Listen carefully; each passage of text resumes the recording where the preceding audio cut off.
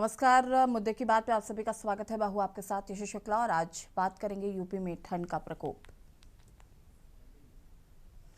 उत्तर प्रदेश इस समय कुदरत की जबरदस्त मार झेल रहा है। कोहरा, गलन और कड़ाके की ठंड ने पूरे प्रदेश को जैसे थाम लिया है।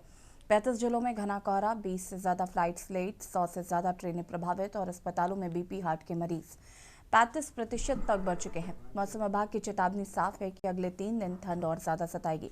सुबह होते ही उत्तर प्रदेश के बड़े हिस्से में कोहरे की मोटी चादर बिछी दिखी। आगरा, मुरादाबाद, अलीगढ़, लखनऊ, कानपुर, प्रयागराज, वाराणसी, करीब 35 शहरों में विजिबिलिटी बेहद कम रही। कई इलाकों में 10 मीटर दूर भी देख पाना मुश्किल हो गया। ठंडी हवाओं की रफ्तार करीब 15 किलोमीटर प्रति घंटे रही। पहाड़ों से आ रही बर्फीली हवाओं के साथ ठिठुरन को और बढ़ा रही है। कोहरे का सबसे बड़ा असर रेल यातायात पर पड़ा। प्रदेश के रेलवे स्टेशनों पर 100 से ज्यादा ट्रेनें लेट हैं। अमृत भारत एक्सप्रेस जैसी हाई स्पीड ट्रेनें भी 17 घंटे देरी से चल रही हैं। लखनऊ, गोरखपुर, प्रयागराज, वाराणसी, हर स्टेशन पर यात्रियों की भीड़, ठंड में इंतजार और रद्द या लेट ट्रेनों की घोषणाएं। आसमान में भी कोहरे ने उड़ानों को जकड़ लिया। राजधानी लखनऊ में 6 उड़ानें लेट, प्रयागराज और वाराणसी में 6 फ्लाइट्स प्रभावित है। दमाम से आने वाली फ्लाइट 9 घंटे देरी से लैंड कर सकी। कानपुर सहित अन्य एयरपोर्ट्स पर 20 से ज्यादा फ्लाइट्स लेट। यात्रियों की मजबूरी साफ दिखी। कोई काम के लिए तो कोई इलाज के लिए फंसा हुआ है। अब बात सबसे गंभीर असर की, लोगों की सेहत। लखनऊ में भले ही कोहरा थोड़ा कम है, लेकिन गलन और ठंड लोगों को अस्पताल पहुंचा रही है। सिविल अस्पताल, बलरामपुर अस्पताल, लोकबंधु अस्पताल, इन अस्पतालों में बीपी और हार्ट के मरीजों की संख्या 35% तक बढ़ चुकी है। कानपुर कार्डियोलॉजी हॉस्पिटल के डॉक्टर अवधेश शर्मा बताते हैं कि ठंड में हार्ट अटैक और बीपी की शिकायतें 40 से 50% तक बढ़ जाती है, खासतौर पर बुजुर्गों में।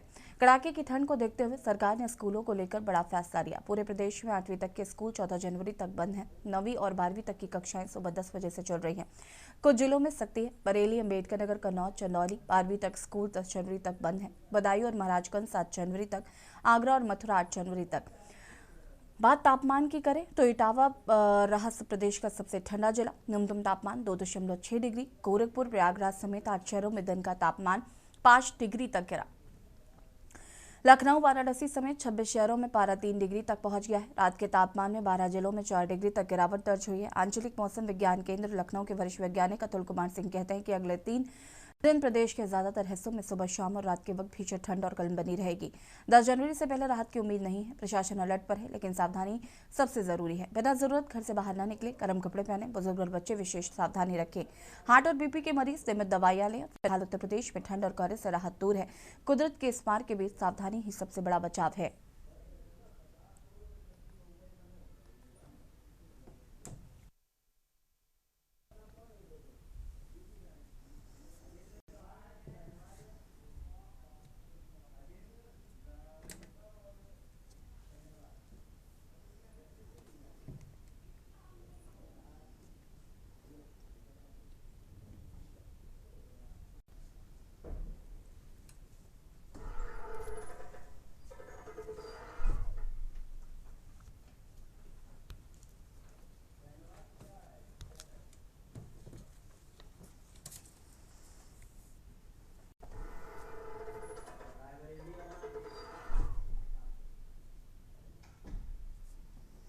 और इसी पर बातचीत करेंगे। अजय चौहान संवाददाता आगरा से हमारे साथ जुड़ चुके हैं। केशवानंद संवाददाता रायबरेली से और शहनवाज हमारे साथ जुड़ चुके हैं कानपुर से। शुरुआत करते हैं अजेंद्र से। अजेंद्र, अगर हम आगरा की बात करें तो आज क्या तापमान आगरा में देखने को मिल रहा है, साथ ही साथ किस तरीके की व्यवस्थाएं जो है वो प्रशासन द्वारा की गई? ऐसी अगर आगरा की बात की जाए तो आगरा में लगातार ठंड से ठिठुरन भरी हुई है और आम लोगों का जीना वहाँ काफी मुश्किल हो चुका है। और अगर आज की बात करें तो आज कोल्ड डे के आसार हैं। लगातार सोमवार से लेके और आज बुधवार है, 2 दिन से कहीं पर सूरज की रोशनी नजर नहीं आई है और उसके चलते यहाँ सड़कों पर सन्नाटे पसरे हुए हैं। गाड़ियों के पहिए धीमे चलने पर ब्रेक लग चुके हैं। ताजमहल की बात कर ले, तमाम पर्यटक यहाँ पर आते हैं, लेकिन ठंड के चलते यहाँ पर्यटक कम देखे जा रहे हैं। लेकिन लगातार बढ़ते तापमान से जो समस्या आ रही है वो बुजुर्गों और बच्चों के लिए तमाम समस्या है। सीएमओ की तरफ से तमाम एडवाइजरी जारी की गई हैं। दूसरी ओर जिला अधिकारी के आदेश पर स्कूल बंद कर दिए गए हैं, क्योंकि लगातार जो ठंड है उससे स्कूल जाने में बच्चों को कहीं ना कहीं परेशानी होती है। उसके चलते यहाँ स्कूल बंद कर दिए गए। जी बिल्कुल। अगर हम बात करें रैन बसेरों की व्यवस्थाओं को, तो उनको लेकर क्या कुछ अपडेट है?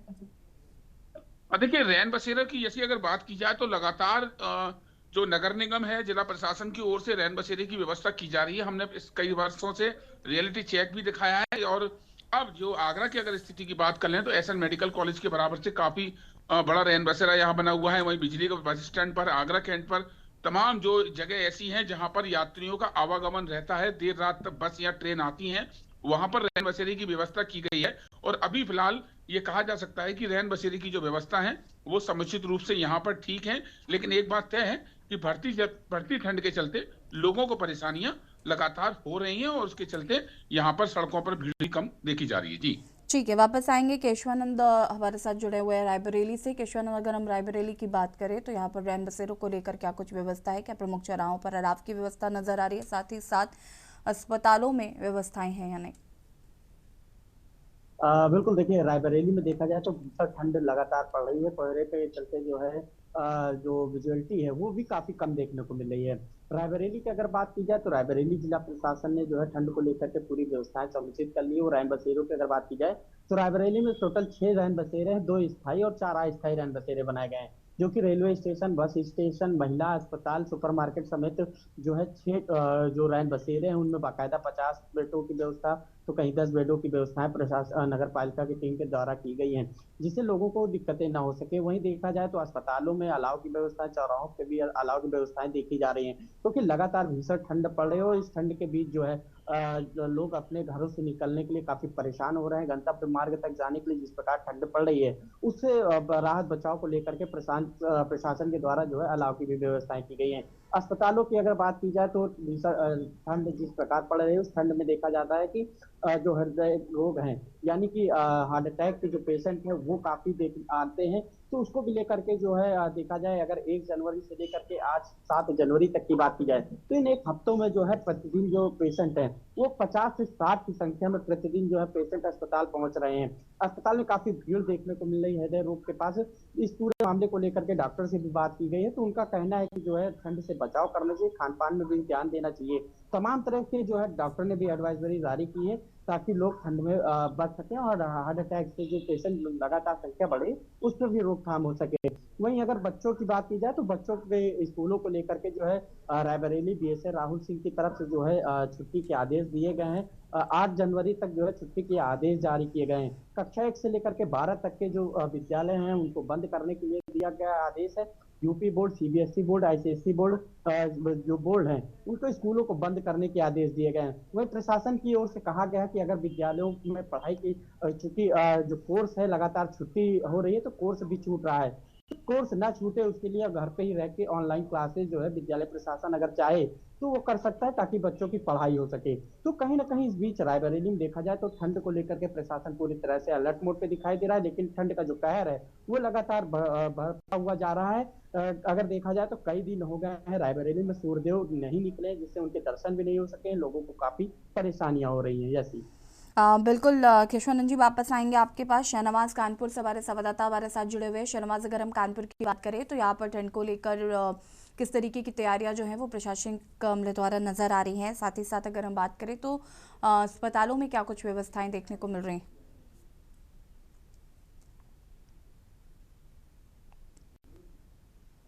अनम्यूट कीजिएगा।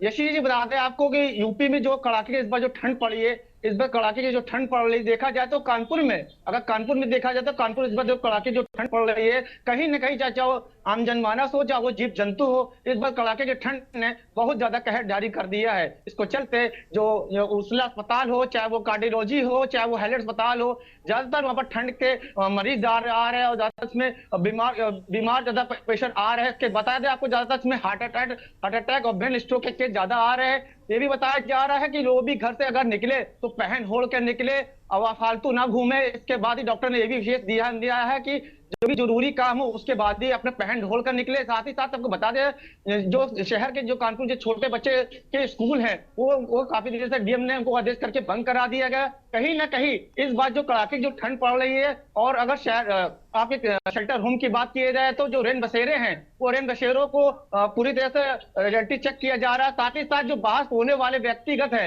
उनको जो है रेन बसेरे तक पहुंचाया जा रहा हो। उनको ये भी कहा जा रहा है कि आप रेन बसेरे में व्यायाम करें, के साथ साथ बाहर फालतू ना टहले। इसके साथ साथ अगर रेलवे स्टेशन की बात की जाए, चाहे बस अड्डे की बात की जाए, तो हर जगह जो है वहां पर तैयारियां रेन बसेरे की कर ली गई है कि किसी तरह की इस बार जो कोई घटनाएं ना हो, उसी कारण कोई किसी की मौत ना हो। और ये भी बताया जा रहा है कि अगर घर से निकलते तो ज्यादा से ज्यादा पैंट खोल के निकले, ताकि आपको ठंड से बचाया जा सके। जी ऐसी जी। ठीक है, हमारे साथ डॉक्टर राजीव कक्कर जी, चेस्ट स्पेशलिस्ट जुड़े हुए हैं। राजीव कक्कर जी, बहुत बहुत स्वागत है सबसे पहले तो आपका। और जिस तरीके से ठंड लगातार बढ़ती जा रही है, हार्ट अटैक और ब्रेन स्ट्रोक के मामले जो हैं वो काफ़ी संख्या में देखने को मिल रहे हैं। ऐसे में बचाव ही एक महत्वपूर्ण रास्ता होता है, और बचाव करना कैसे करें, इस पर मैं चाहूँगी कि आप दर्शकों को ज़रा बताएं। बिल्कुल सही चीज़ है। जो तापमान घटता है इसका पूरा प्रभाव हमारे बॉडी पर, हमारे स्वास्थ्य के ऊपर पड़ता है। स्पेशली वो मरीज जिनको ब्लड प्रेशर है, डायबिटीज़ है, जिनको प्री एग्जिस्टिंग डिजीज़ है, वो पेशेंट ज़्यादा अफेक्टेड होते हैं। और स्पेशली जो बुजुर्ग होते हैं उनको, इसके दो महत्वपूर्ण कारण हैं। एक तो गिरता हुआ तापमान, उसका प्रभाव हमारे स्वास्थ्य के ऊपर, और जो वायुमंडल में होने वाला प्रदूषण है उसका प्रभाव। दोनों ही अल्टीमेटली करते हैं कि बॉडी में इन्फ्लेमेटरी मीडिएटर यानी सूजन पैदा करने वाले तत्व आ जाते हैं। जो आर्टरीज हैं वो नैरो हो जाती हैं। इस समय ब्लड प्रेशर लोगों का अनियंत्रित हो जाते हैं, हार्ट रेट फर्क हो जाती है, हार्ट अटैक्स बढ़ जाते हैं। उसका एक कारण होता है कि ब्लड में कोगुलेबिलिटी, थक्का जमने की प्रवृत्ति बढ़ जाती है। वो थक्का अगर हार्ट में जाता है तो हार्ट अटैक कर देता है, वो थक्का अगर ब्रेन में चला जाता है तो ब्रेन स्ट्रोक बढ़ जाता है। जैसा आपके संवाददाता ने बताया, पूर्णतः सही है कि इस समय हार्ट के पेशेंट्स और ब्रेन स्ट्रोक के पेशेंट बहुत बढ़ जाते हैं। तीसरा महकमा होता है जो कि आपके एलर्जी से संबंधित होता है। जो सांस के पेशेंट होते हैं, जो सीओपीडी के पेशेंट होते हैं, उनकी मात्रा भी काफी बढ़ जाती है। उसका कारण है कि सांस की नलियों में सूजन और प्रदूषण, और जैसा कि अभी आपके इसमें दिखाया जा रहा है, जो लोग आग तापते हैं, धुएं में बैठते हैं। जी, अनम्यूट कीजिएगा।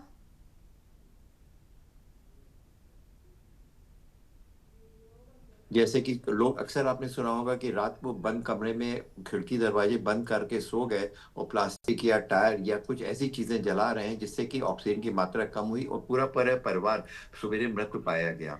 तो इसके ऊपर विशेष सावधानी का जरूरत है। तो इस समय क्या करना चाहिए, जो आपका प्रश्न था कि क्या सावधानी करें। पहली चीज है, जो बुजुर्ग या बच्चे हों, बहुत सवेरे मॉर्निंग वॉक के ऊपर ना निकले, सूरज निकलने के बाद निकले, जिससे कि वायुमंडल में प्रदूषण कम हो जाता है और उस समय ये वॉक करने निकले। पहली चीज। दूसरी चीज ये है कि अगर पोल्यूशन वाली स्टेज पर जाएं, वहां पर जो कि जहाँ होता है, तो अपने माउथ को कवर करके रखें तब वो जाए। बच्चों के स्कूल ऑलरेडी बंद हो गए हैं, ये बहुत अच्छी चीज है, घर पे ऑनलाइन पढ़ सकते हैं।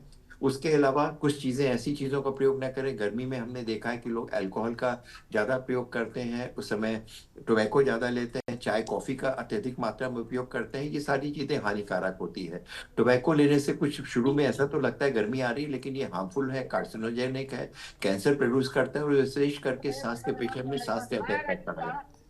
उसके अलावा जो अल्कोहल का एक लोगों की भ्रांति है कि अल्कोहल लेने के बाद गर्मी आ जाती है, वास्तविकता इससे पूर्णतः भिन्न है। अल्कोहल लेने के बाद शुरू में थोड़ा सा गर्म लगता है, लेकिन बाद में त्वचा के ऊपर जो ब्लड वेसल्स होती हैं, जो कोशिकाएं होती हैं, वो डायलेट कर जाती है और बॉडी की अपनी गर्मी भी निकल जाती है, और थोड़ी सी अल्कोहल लेने की जरूरत पड़ती है, और अल्कोहल की मात्रा बढ़ती जाती है, और निमोनिया या इस तरह की चीजें होने की आवश्यक चीजें बढ़ जाती हैं। और कभी कभी आदमी इतना अल्कोहल ले जाता है कि अनकॉन्शियस हो जाता है, और एसिडिटी की वजह से वॉमिटिंग होती है, और जो वॉमिट है, जो उसकी उल्टी हो रही है, वो बाहर निकलने के बजाय काफी मात्रा फेफड़े में चली जाती है और एस्पिरेशन निमोनिया हो जाता है, और उसको आईसीयू में एडमिशन की जरूरत पड़ती है।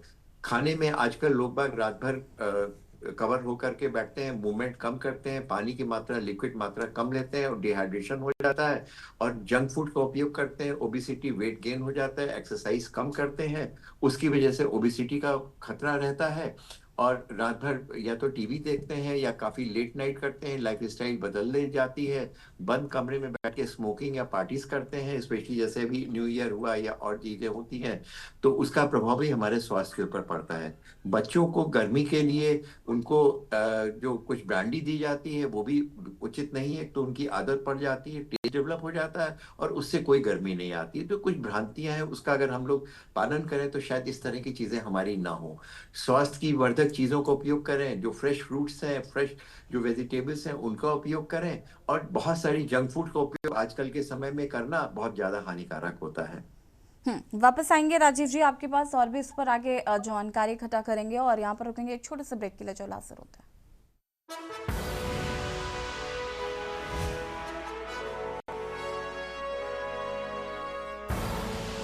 आप देख रहे हैं के न्यूज, खबरों का